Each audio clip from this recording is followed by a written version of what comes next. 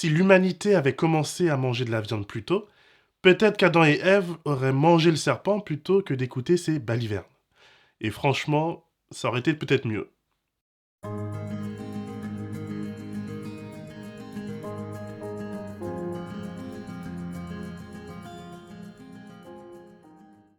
Blague à part, nous allons effectivement aujourd'hui aborder cette thématique de Genèse chapitre 3 afin d'essayer de comprendre comment la mort est entrée dans notre monde. Ce n'est pas la chose nécessairement la plus simple à faire. Pourtant, ce texte de la Bible est vraiment essentiel, fondamental, pour comprendre l'action de Dieu. Si je ne comprends pas le texte de la création et le texte de la chute, j'aurais du mal à comprendre ce que fait Dieu pour moi aujourd'hui. J'aurais du mal à comprendre le sens même du salut. Après tout, de quoi ai-je besoin d'être sauvé si finalement ce que nous vivons, c'est la norme, c'est la normalité. Alors non. La Bible a un message pour moi, pour me dire que ce que nous vivons aujourd'hui, ce n'est pas le projet de Dieu, ce n'est pas l'idéal de Dieu, ce n'est pas ce que Dieu voulait pour toi et pour moi. Malheureusement, Adam et Ève ont fait un choix. Nos premiers parents ont choisi de laisser l'orgueil monter à leur cœur et d'écouter les balivernes d'un être céleste plutôt que d'écouter la parole de Dieu. Si tu me rejoins pour la première fois, je te souhaite la bienvenue dans cette émission Croître en Christ. Je m'appelle David Millard. Je suis un pasteur de l'église adventiste du 7e jour.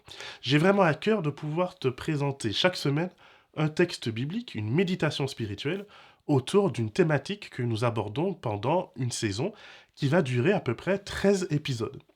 Nous sommes donc dans la 11e saison et nous aborderons durant ce trimestre le thème de la mort. Comment la mort est-elle entrée dans notre monde? Qui est à l'origine de cette mort? Et comment Dieu a prévu de vaincre cette mort en nous donnant la vie éternelle à nous qui avons fait le choix de lui faire confiance? Voilà quelques-unes des thématiques que nous aurons l'opportunité de voir ensemble durant les 13 épisodes de cette 11e saison. Nous avons déjà la dernière fois parlé de Lucifer.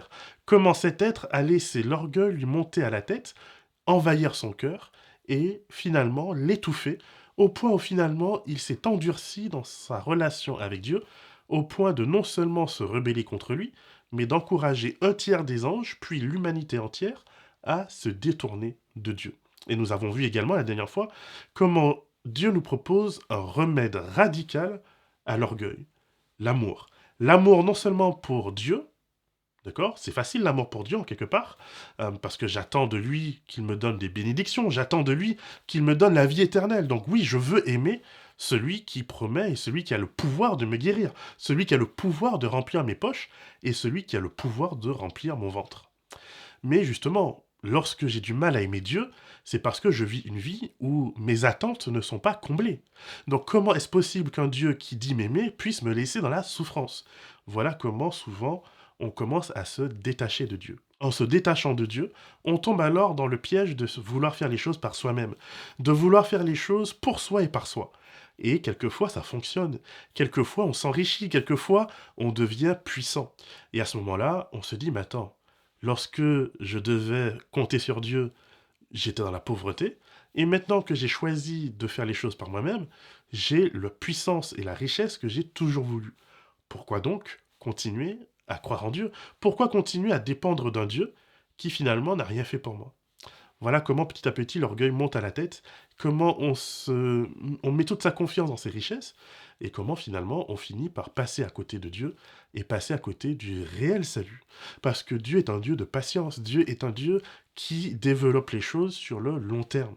Mais ce que Dieu développe, c'est quelque chose qui va durer aussi très longtemps. Le succès humain est un succès qui peut être fulgurant. D'ailleurs, toute notre recherche de succès est une recherche de succès fulgurante. On cherche l'investissement qui va rapporter de l'argent tout de suite. On cherche le métier qui va nous donner accès au pouvoir, à l'argent tout de suite. On cherche à être un influenceur pour obtenir de l'argent, de l'influence, de la puissance tout de suite. Si je te propose un sentier où je te dis tu peux devenir un influenceur au bout de 10 ans, et de l'autre côté je te dis au bout de 24 heures tu seras une personne riche et célèbre, la majorité des personnes choisiront la voie des 24 heures, quand bien même ça devrait les détruire, quand bien même ça devrait nuire à leur santé mentale et physique. Mais nous aimons pourtant les choses rapides, les choses efficaces, les choses de tout de suite et de maintenant. Alors c'est vrai que quand Dieu a proposé à Adam et Ève de devenir comme lui, mais que Adam et Ève ne voyaient pas un chemin rapide et efficace, immédiat, et qu'à côté de ça, dans ce jardin de Genèse 3, il y a cet être, ce serpent. Et dans la Bible, le serpent symbolise souvent un être spirituel. Il ne faut pas oublier que Moïse, qui rédige ce texte, sort de l'Égypte. Il a été enseigné, éduqué dans la science des Égyptiens, et que le peuple d'Israël a vécu 300-400 ans en Égypte. Par conséquent, leur référentiel culturel est devenu un référentiel aussi égyptien. Et dans ce référentiel, le serpent, c'est la force du chaos. Le serpent, c'est l'ennemi de la lumière, c'est l'ennemi de la vie. Tous les soirs, dans les contes égyptiens, le serpent cherche à manger le soleil pour pouvoir plonger le monde dans une obscurité totale. Et tous les matins, à l'aube, c'est la victoire du soleil sur les ténèbres. C'est la raison pour laquelle, lorsque Dieu va envoyer cette plaie d'Égypte où le soleil va rester caché pendant 3 jours, ça va être une peur terrifiante pour les Égyptiens. Cela signifie que la fin du monde est arrivée. Cela signifie que les forces du chaos ont enfin vaincu les forces de la vie, les forces de la lumière, les forces du soleil. Mais ici, dans ce jardin, ce serpent qui symbolise donc le même être que nous avons vu dans Ézéchiel 28 la dernière fois. Cet être qui était rayonnant, qui était beau, qui était éclatant de gloire. Cet être, le diable, est venu tenter nos premiers parents, est venu flatter leur ego, est venu booster leur estime d'eux-mêmes. Il est venu les affirmer dans leur quête d'une vie meilleure. Il leur dit, Dieu sait que vous ne mourrez pas. Vous voyez, encore aujourd'hui, dans toutes nos difficultés d'église, de vie chrétienne, de vie spirituelle, de travail, cette même voix continue à se faire sentir. Après tout, tu mérites le bonheur, tu mérites de t'affirmer, tu mérites d'être riche, tu mérites d'être fort, tu mérites tout ce que tu veux. Il suffit de le visualiser, il suffit d'y penser, et tu vas l'attirer à toi. Quelle triste manière de flatter nos égos. Quelle triste manière de flatter les plus bas instincts en nous qui veulent finalement le tout, la richesse, la force, la bonté. Nous voulons tout et surtout nous ne voulons absolument pas payer le prix pour ces choses-là.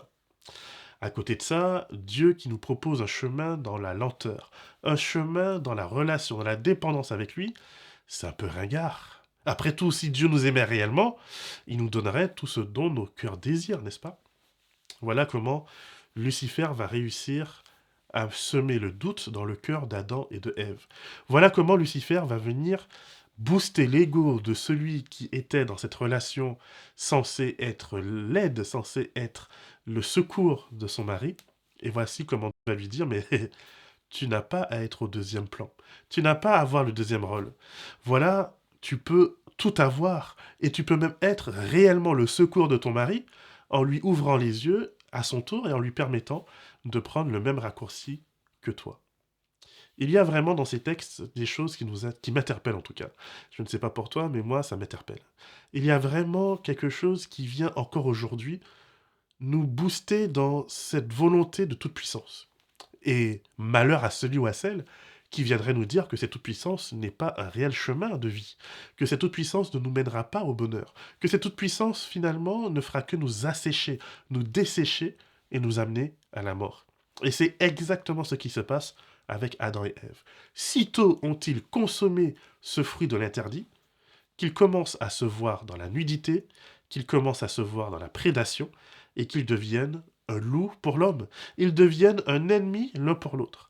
Et plutôt que d'essayer de se réconcilier, ils vont s'ancrer, ils vont se sédimenter dans cet affrontement, dans cette opposition.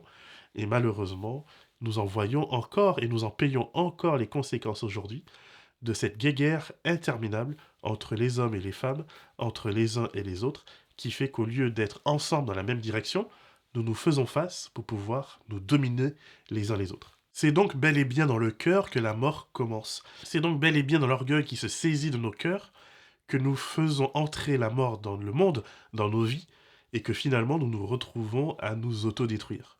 Lucifer et ses anges ne sont pas morts immédiatement, en tout cas aussi rapidement qu'Adam et Ève. Mais la fin ultime de ces êtres, ça reste la mort. Quel que soit le temps que cela prend, la mort est la seule issue possible à l'orgueil, à l'égoïsme, à la méchanceté. Cette volonté d'indépendance est une volonté qui guette chaque être qui a été créé libre. Et là où Dieu s'évertue à nous manifester son amour, pour nous manifester la nécessité que nous ayons à rester connectés à lui, l'orgueil fait que cette nécessité devient au contraire un fardeau, un poids insurmontable. Plutôt que de le voir comme une bénédiction, nous le voyons comme étant une méchanceté de Dieu. Après tout, si Dieu est amour, Dieu ne développerait pas avec nous une relation de dépendance, n'est-ce pas? C'est que dans les relations toxiques qu'on est dépendant de l'autre. Voilà comment finalement on a réussi à intégrer et à ingérer des concepts qui sont non seulement toxiques mais destructeurs. Nous avons tous besoin de quelqu'un d'autre. Nous avons tous besoin d'une relation de dépendance à l'autre. Le problème, c'est lorsque cette dépendance n'est pas une dépendance de service, mais une dépendance de domination. C'est là où la différence se fait sentir. Mais si je crois que je peux vivre seul, indépendant, libre, et que je n'ai besoin de rien ni de personne, c'est deux choses. Je suis, dans tous les cas, ça c'est sûr, le plus malheureux des hommes. Mais surtout, c'est soit je serai quelqu'un, ça c'est le suicide finalement, et donc je ne vivrai pas longtemps, soit je vais prétendre ne pas avoir besoin des autres, mais c'est uniquement parce que mon argent et ma puissance me permettent d'exploiter les autres et ensuite de dresser une barrière bien haute entre eux et moi pour que je ne les regarde pas mourir. Ok. Mais personne ne peut vivre sur cette terre en disant je n'ai pas besoin des autres. Nous sommes tous interconnectés. Et c'est dans une relation de respect, de dépendance, une relation où je valorise ce que tu as à m'apporter, que nous pourrons vivre pleinement dans l'épanouissement que Dieu veut pour nous.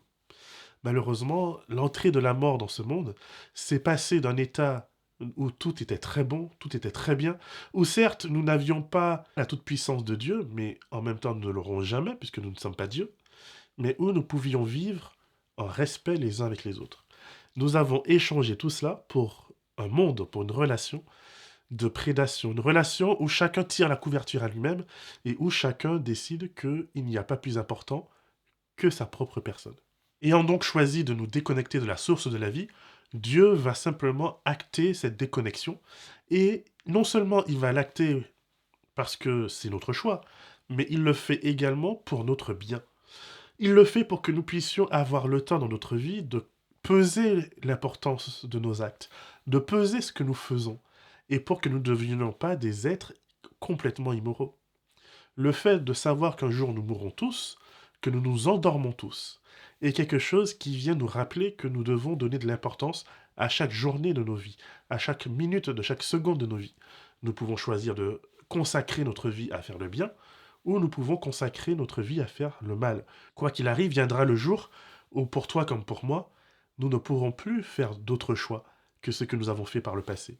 Et nous devrons à ce moment-là assumer nos responsabilités. Le péché entre dans le cœur de l'homme fait entrer cette perversion dans le jardin de Dieu, et par conséquent, l'homme ayant fait entrer le mal dans le jardin de Dieu, l'homme se trouve exclu de ce jardin. Car ce jardin est un lieu de paix, un lieu d'amour, un lieu de vie, et Dieu ne permettra pas à l'homme d'y vivre éternellement en y semant la méchanceté, l'égoïsme et le mal. Cela nous dit quelque chose de la part de Dieu. Dieu est prêt à aller jusqu'au bout pour nous sauver, mais Dieu n'est pas lui-même un être immoral. Dieu n'est pas un être qui ferme les yeux sur la méchanceté. Dieu nous invite à chaque étape de notre vie à assumer les conséquences de nos actions. Simplement, il prend des mesures pour nous aider à vivre au mieux nos échecs et à nous tourner vers lui, à nous tourner vers la seule source de vie. La mort, c'est donc le fait que nous nous soyons déconnectés de Dieu, c'est donc le fait que nous soyons devenus incapables de nous aimer les uns les autres sincèrement, mais au contraire, nous sommes maintenant dans des relations de toxicité extrême, d'abus, de pouvoir, d'ego et de méchanceté, et ce faisant, nous avons perdu accès à l'arbre de vie. Nous avons perdu accès à la toute générosité de Dieu de nous donner une vie éternelle. Mais ce n'est que temporaire. Dieu ne fait que suspendre cet accès puisque son souhait et son choix, c'est que nous puissions retrouver cet accès à l'arbre de vie. Nous puissions retrouver notre pleine place dans son jardin d'Éden. Alors oui, c'est vrai, aujourd'hui nous mourons. Aujourd'hui, nous sommes brisés de voir nos êtres chers disparaître. Aujourd'hui, nous voyons que la vie, elle ne vaut pas toujours grand-chose, elle ne vaut pas toujours bien cher. Pour certains, nous avons la chance de vivre dans des pays où il y a un minimum de respect. Mais pour d'autres, nous pouvons perdre la vie simplement parce que nous avons laissé dépasser quelques mèches de cheveux de trop de notre foulard. Tu vois, pourquoi en sommes-nous arrivés à de tels extrêmes? La question, c'est nous qui devons y répondre. Nous ne pouvons pas blâmer Dieu, parce que nous faisions le choix de croire en lui ou pas, la réalité terrestre reste la même. Des personnes tuent, des personnes méprisent la vie de l'autre au nom de leur idéal, que ce soit un idéal athée ou que ce soit un idéal religieux. Il faut qu'on arrête de se renvoyer la balle en disant les athées tuent plus ou les religieux tuent plus. Tout le monde tue. Tout le monde, lorsqu'on s'enferme dans notre orgueil, dans notre ego, et qu'on a l'impression, on a la certitude, la conviction d'avoir raison et que tout le reste du monde a tort, nous entrons dans des démarches qui sont toujours des démarches de mort. Voilà la raison pour laquelle, comme nous avions dit la dernière fois, il est important, même face à son ennemi, de rester dans l'optique divine. Voilà par exemple comment Job va aborder la question. Job, lorsqu'il est dans cette période de réflexion, lorsqu'il est dans cette période d'introspection, et qu'il cherche à savoir est-ce qu'il est responsable de ce qu'il arrive, il va dire dans Job 31 au verset 29, si j'ai été joyeux du malheur de mon ennemi, si j'ai sauté d'allégresse quand les revers l'ont atteint, alors, dit-il, j'aurais compris qu'aujourd'hui Dieu cherche à m'abaisser. Mais ça n'a pas été le cas. Job, à son époque, avait déjà compris qu'il n'est pas possible de se placer au-dessus, y compris de son ennemi, et qu'on ne peut pas se réjouir lorsque on a l'impression que cet ennemi est sous le châtiment, qu'il soit divin, qu'il soit humain. Nous ne pouvons pas sauter d'allégresse parce qu'un ennemi tombe. Ce n'est pas une attitude chrétienne, ce n'est pas une attitude pleinement spirituelle. Ce cœur donc de discernement porté sur comment je peux, y compris face à quelqu'un que Dieu m'appelle à redresser, face à quelqu'un que Dieu m'appelle à remettre dans le bon chemin, comment je peux manifester de la grâce, de l'amour, de la compassion, de la bienveillance, toutes ces valeurs qui sont des valeurs du royaume des cieux. Voilà comment je peux commencer dès aujourd'hui à lutter contre les malédictions de Genèse chapitre 3. Car dans ces malédictions, il y a celles que finalement l'humanité apporte sur elle-même. Cette vision de prédation, cette vision d'exploiter les faiblesses de l'autre. Et puis, il y a aussi celle que Dieu nous a donnée pour notre bien, le fait de travailler à la sueur de notre front, le fait d'être des personnes conscients que notre vie étant limitée, nous devons encore une fois en faire le mieux.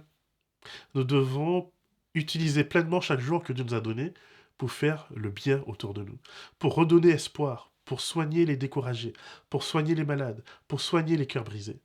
Voilà comment donner du sens à notre existence, donner du sens à notre vie. Voilà ce que Dieu veut pour nous, que nous puissions retrouver goût à vivre dès aujourd'hui dans le Jardin d'Éden. Le Jardin d'Éden dans la Bible, c'est un lieu d'abondance, c'est un lieu de verdure, c'est un lieu où Dieu bénit abondamment sans retenir aucun de ses bienfaits. Voilà le lieu et la place que Dieu avait prévu pour l'homme. Voilà le lieu et la place que Dieu veut que nous puissions retrouver. Mais Dieu ne nous donnera pas une toute-puissance si nous sommes prêts à l'utiliser uniquement pour faire le mal. Ce ne serait pas correct de sa part. Ce ne serait pas éthique de sa part. Alors à côté de ça, nous pouvons, comme le roi de Tyr, nous complaire tellement dans notre sagesse et notre intelligence que nous pouvons dire mais tout ça c'est des chimères, tout ça ça n'a pas de sens, tout ça après tout la science, bon, on a une autre vision, nous sommes intelligents, n'est-ce pas? Nous savons tellement mieux comment sauver cette planète. Nous savons tellement mieux comment cesser les guerres. Nous avons chaque 5 ans des votes pour des hommes d'État qui promettent de faire cesser la haine dans notre pays et pourtant, 5 ans plus tard, la haine a non seulement augmenté, mais la haine a fait une entrée magistrale dans le Parlement. Tu vois, à un moment donné, il faut que nous arrêtions. Il faut que nous acceptions de regarder les choses en face. Il faut que nous acceptions d'être sérieux. Dieu, son chemin n'est pas toujours le plus sexy. Son chemin n'est pas toujours le plus agréable à vivre. Mais Dieu nous garantit une chose. Sa parole est certaine, sa parole est vraie. Sa parole, lorsque dans Ézéchiel nous avions lu le jugement de Dieu pour les villes aux alentours d'Israël, et que si tu avais lu un peu plus tôt, il y a aussi le jugement pour Israël. Dieu, dans Ézéchiel, prédit et promet à Israël d'être rebâti, d'être rassemblé des nations où Israël serait envoyé à la dispersion. Dieu a tenu promesse. Dieu a tenu promesse et Dieu a permis à Israël de reconstruire son État. Dieu a permis aux Juifs dispersés de retrouver une nation. Que certains politiciens en fassent mauvais usage, c'est une chose. Mais nous ne pouvons pas, à cause de ces mauvais usages, nier que Dieu est un Dieu de parole.